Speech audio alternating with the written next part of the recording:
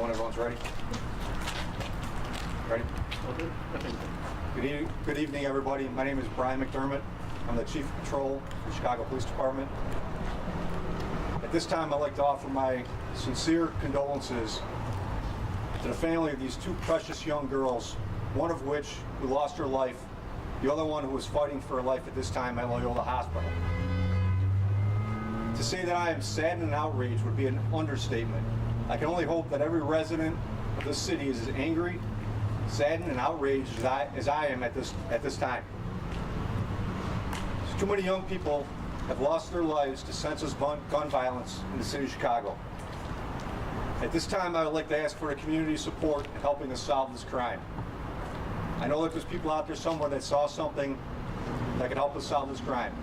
Anybody who saw anything can go anonymously to cpdtip.com or can contact Area 5 detectives. We owe it to the families to bring these violent offenders who have no respect for human life to justice. On today's date at 2:50 p.m., there's a shot spotter hit in the 6200 block of West Grand.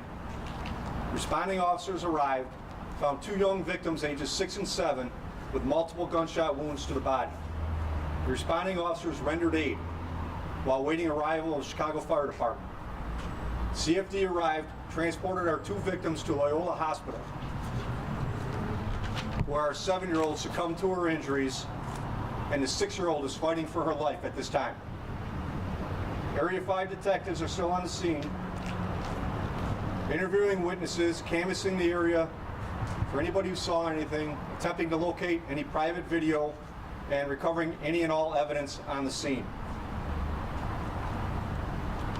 Because this is still in the preliminary and the early stages of this investigation, there's not a lot of information that I can release at this time.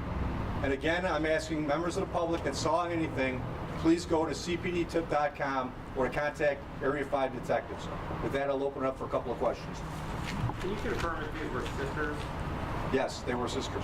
And was anyone else in the vehicle with them at the time, or were they sitting there by themselves? Was someone else believed to be the intended target? We don't believe that they were the intended target, and the mother was putting the two children in the back seat of the car.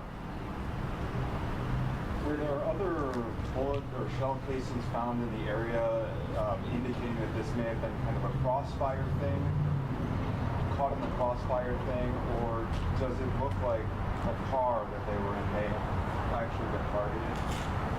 There are shell casings that are recovered. We can't release at this time the caliber of the shell casings, and we don't believe there to be in crossfire. So just one shooter? That's could be multiple shooters. We don't know how many shooters, but I don't believe that there was crossfire. Have detectives seen any surveillance video yet? It looks like there are cameras on some of the homes, at least one of the homes pointing toward the area that police were concentrated on down the block from here.